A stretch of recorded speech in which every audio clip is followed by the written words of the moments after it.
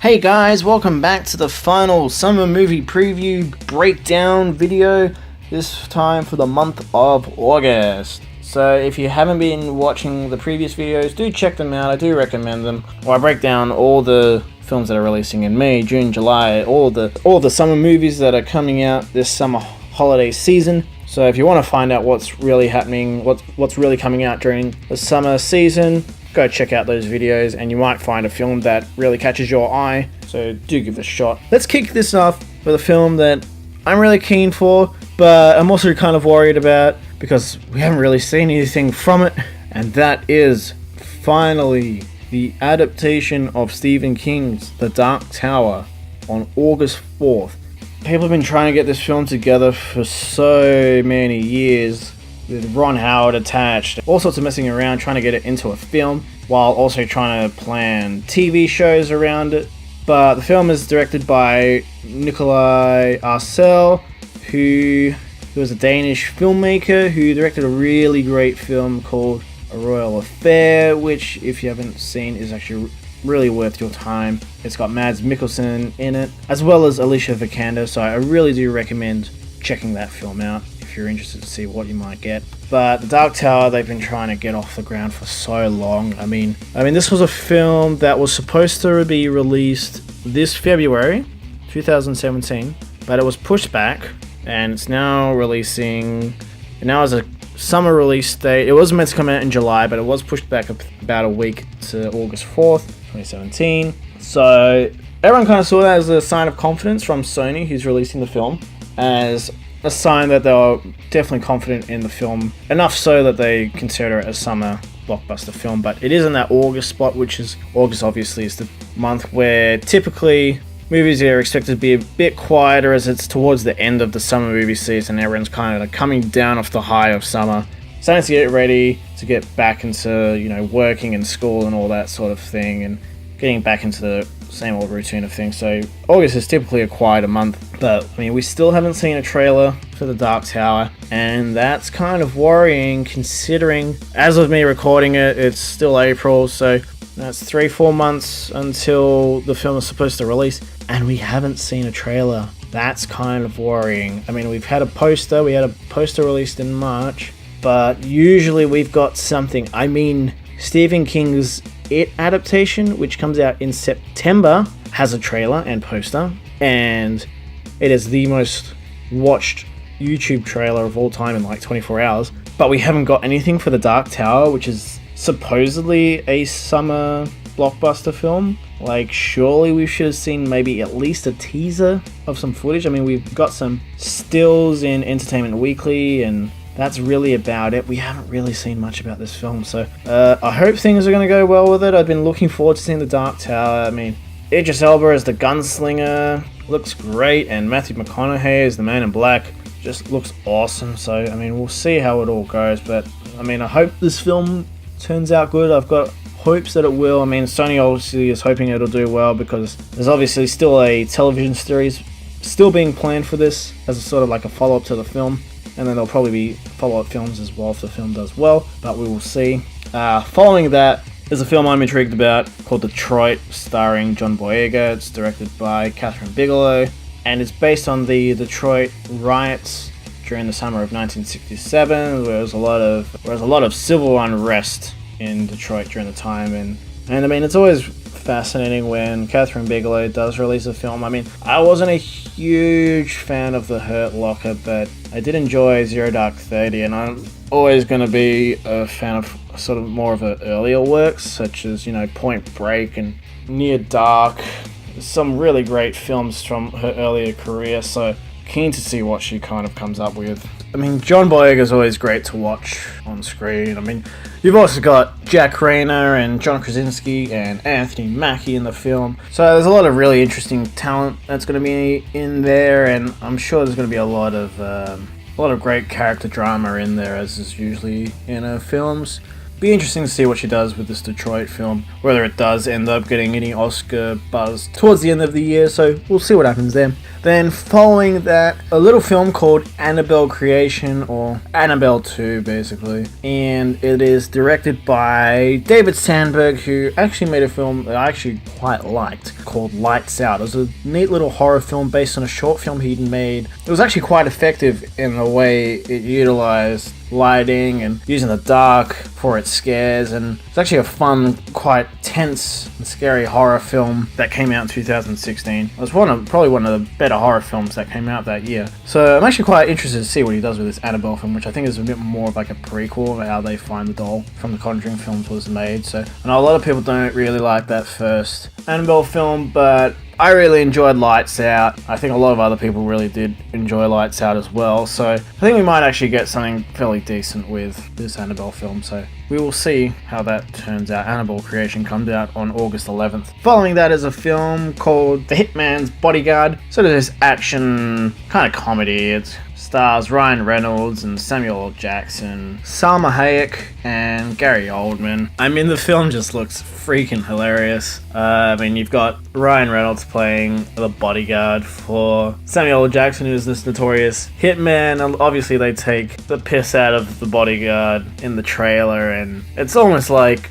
Jules from Pulp Fiction stepped into the world of Deadpool and they teamed up for a film. I mean, it's just Ryan Reynolds is in full Deadpool mode here, and it looks so funny. I mean, it comes from Patrick Hughes, who directed Expendables 3, but this clearly looks a step above what Expendables 3 was. I mean, Expendables 3 was a movie that didn't really know what it was. It just catered to a completely the wrong audience, an audience that it should never have catered to. Ultimately lost a lot of people and a lot of interest in that franchise, but I think this is something that looks like it's going to be a hell of a lot of fun at the theaters, and I'm pretty damn keen to see this. So Hitman's Bodyguard is released August 18th. Following that is a little film called Polaroid, which is being released by Dimension Films, which well known for the Scream franchise, sort of a part of that 90s group of indie filmmakers, bringing along with the Miramax crowd, really helped bring indie filmmakers up to prominence, like Robert Rodriguez. Gave us a lot of really fun horror movies in the 90s. They're back with this little film called Polaroid. Not a whole lot is known about this film other than it comes out August 25th. It's about a killer Polaroid where someone takes your photo and it sucks you inside or something, or it kills you. It got one of those outlandish plots that you kind of just have to see for yourself. So kind of just keen just to see what it actually is. It's based on kind of a short called Polaroid back in 2015, which apparently did quite well. The director is Lars Klevberg. He's a Norwegian director. So he's been given the chance to update his film and release it as a full release feature film. So it'd be interesting to kind of see how this Polaroid film does. It could be a bit of fun. But then following that, on August 25th, even though it's not a new movie at all, but it's a damn big deal, and I'm going to be damn excited for it when it does come out. God damn it. It's going to be Terminator 2 3D. This is the remastered Terminator 2, which James Cameron went into painstaking detail to try and remaster the film, and he's finally releasing it August 25th. Converted into 3D in theaters. I mean, you get to watch one of the greatest science fiction action films of all time on the big screen.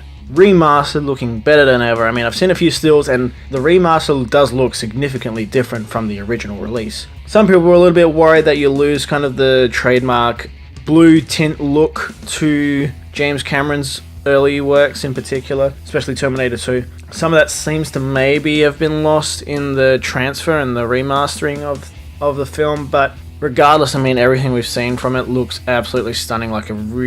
This looks like the Alien and Aliens remaster that was done for the Blu-rays back in, I think, 2010 was when those remasters came out. It looks like those, but probably far better than that, because, I mean, we've come pretty far ahead in 7 years when it comes to remasters. And then finally, for the final film on my summer movie preview extravaganza list for the month of August, is a film that isn't technically getting a wide release, but it will be released on Netflix on August 25th, as with Polaroid and Terminator 2 3D. The film is Death Note, which is Netflix's adaptation of the classic Death Note manga, which has a massive fan base. I really enjoy the anime up to the certain point, which fans of the anime will know what I mean. It's a massive spoiler, and I won't spoil Death Note because at least the first 25 episodes of Death Note is some of the best cat and mouse crime drama ever put onto screens. I mean, it's just so engaging, so interesting, and so exciting, and just so brilliantly done. And there's nothing else like it. I mean, that anime for the first 25 episodes is just incredible. And just unfortunately, just after that, there's a plot twist that happens, and the series really takes a nosedive. I mean, it's a plot twist that fans of the anime will know very clearly what I'm talking about. It's a decision that really shouldn't have happened, but anyway, it's happened. Yeah, I mean, the original Death Note anime I really enjoyed, especially those first 25 episodes. But this adaptation, I know there's been a lot of controversy in terms of whitewashing, but this is coming from the producer who has adapted Infernal Affairs, The Ring, and The Grudge. I mean, we got the American Grudge and Ring remakes, as well as The Departed, which is a remake of Infernal Affairs. The producer's name is Roy Lee, if you're interested in looking him up. But everything is really touched and sort of adapting and translating to American audiences has usually turned out for the best. And I know some people are just gonna like it or dislike it regardless whether the film's any good or not, based on just the whole whitewashing controversy. But I'm still interested to check it out just as a fan of the anime and the manga. And I mean,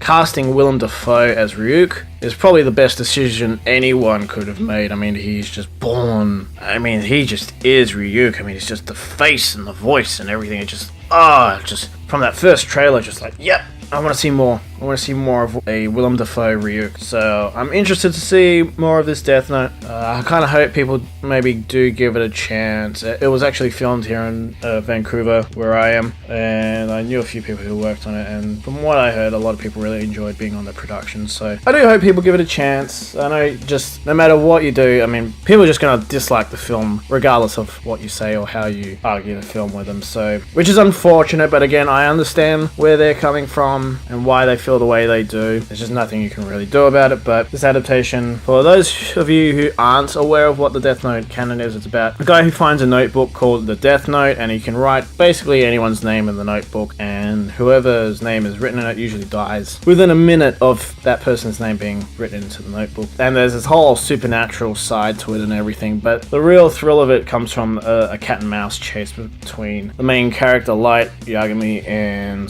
the detective L, trying to work each other out and trying to figure out who each other are. And that's where the real kind of fun and intrigue of Death Note is. So we'll see how well that is translated into the Netflix film. So we'll see how it goes. I know there's been quite a few Japanese live action adaptations so far, and some of them are good, some of them are okay, some not so much, but I'm still intrigued to see how this one turns out. Netflix generally puts out pretty decent content, so kind of hope this is going to be something decent. And I've liked the work that the producer has done before. I do like The Departed. I think The Departed is one of those few instances where the remake is probably better than the original film, even though, don't get me wrong, I do really like Infernal Affairs. Great film. The Departed is just a really incredible crime drama, and it's just a great example of how you can really enhance a story by remaking it, because the original Infernal Affairs is just a really short film. It's really thin and slim, but it's a contained story that kind of tells its story the way it needs to be told, quickly, succinctly. But what Martin Scorsese did with The Departed is he added a lot of meat to the bones of that story and gave it a whole new life as The Departed, and just really fleshed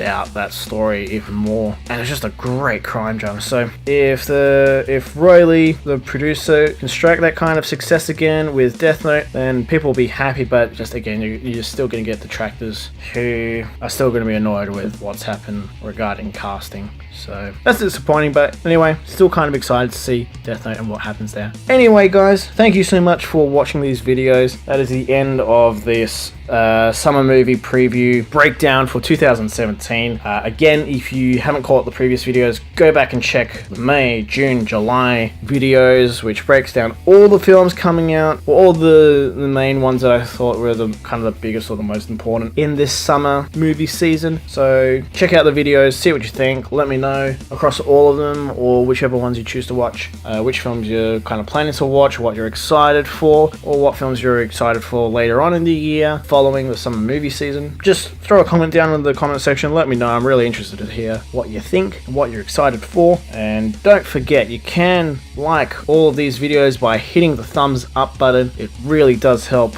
these videos and the channel in boosting how many people see the channel and the attention that the channel receives. It all really helps. And if you do subscribe to the channel, you will be notified of when I upload videos without having to kind of check back or look on the Facebook page for any updates. So best to subscribe if you want to be kept as up to date as possible with the YouTube channel. And also don't forget, you can follow the Mono Report on Facebook and Twitter at the Mono Report. Thank you so much guys for watching these videos. If you've been watching all of these through from May through to August, I really appreciate you sticking through with all these videos. And if you've been watching the Mono Report videos from the beginning, I really do appreciate your continued support through the months. It means a really great deal to me. So thank you so much again from the bottom of my heart. Thank you. And don't forget, remember to stay right here for your Mono Fix. Bye guys.